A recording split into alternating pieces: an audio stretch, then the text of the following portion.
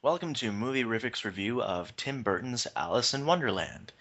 It's a spiritual successor to Lewis Carroll's Alice's Adventures in Wonderland and Through the Looking Glass.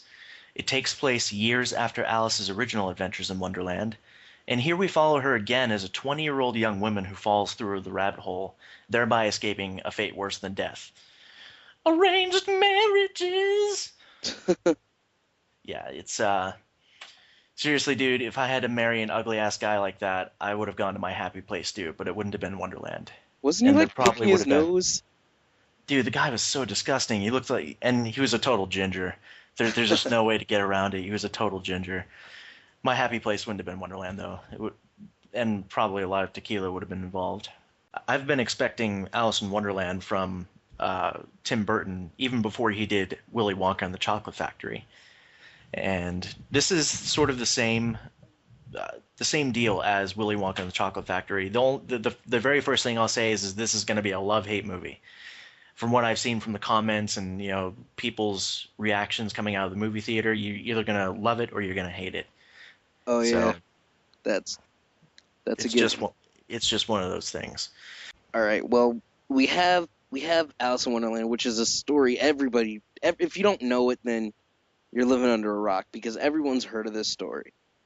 But no, I'm telling people don't go into it thinking you're going to see the story you saw originally when Disney made the cartoon because it's the complete sequel to that, like you said. It's good stuff. It's going to be a lot of good fun. It's accessible to pretty much any audience. It's accessible to every age. Um, the only I was watching one scene, the scene where Alice is crossing basically the bog, of heads, and I was thinking, wow, they ripped this like almost directly out of the labyrinth, where there's the bog of eternal stench. She's walking along the heads, and I'm just thinking, yeah, waiting What for it to happen.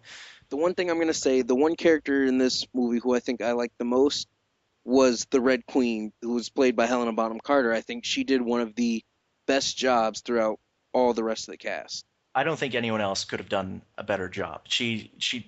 The it's great because the Red Queen is a two-dimensional character, and she really characterized it to the extent that was possible, and it was a good choice of making her head big, not just because of the off-the-wall kookiness of Tim Burton, but because you could really see the details of her face because she is a very physical actress. The only spur that I had with it was I think that Anne Hathaway was really miscast as the Yeah, White I Queen. I like Anne Hathaway. I think she's a good actor. She just hasn't really been doing anything I, recently. I can appreciate her and her legs and her boobs, but I don't think that she really fit into the role of the White Queen. I could have imagined much better actresses to fill the role, and they would have been funny as well. But she doesn't have a lot to work with to begin with, and it just didn't work for me. So it's really friendly of all age, to all ages. It's an extremely accessible thing. So what would you say? Let's get down to the good, the bad, and the ugly. Good, I'm gonna have to go with Helena Bonham Carter. She just did a very good job. She I think gave death to a character that originally had none. I think to pull that off, you have to be a good actor, and she is in all senses a good actor. Absolutely, The absolutely. bad, the bad, I'd have to say Anne Hathaway because, like you said, she was just bland. She was playing a role anybody could have done. And the ugly, I'm gonna have to say the pacing of the movie. I think the movie went a little too fast in the beginning. I say if you could have added another 30 minutes to this movie, and I don't think anyone would have been bored. I think they went through the beginning of this movie very fast, which is something they didn't need to do. Right. And the Johnny Depp just had a brilliant performance here. Nobody expected anything else. But I would say the good is that it is a very accessible fairy tale. It's going to impart a sense of wonder to children of all ages, and that's really the demographic that it mainly focuses on. The bad is that Tim Burton could have taken it further, a lot further than he did. And it would have been a much more successful and interesting movie if he hadn't been trying to appeal to all audiences at once.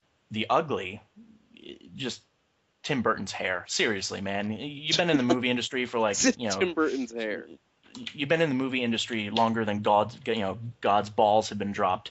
So you couldn't like just get he needs to find But in Tim stylist. Burton's defense, I think the hair kind of adds to his look, because when you see when you see his movies, then you see him, you're kind of like, now I get it. All right, so final grade. What you gonna give? Giving this an A-, just a few A-. things, just tweaked the timing on this, and it would have been an A+. I'm gonna give it a B-. And before we go, let's just bring up one of my favorite things in this movie, Crackhead Rabbit. Crackhead Rabbit. Gotta love the Crackhead Rabbit.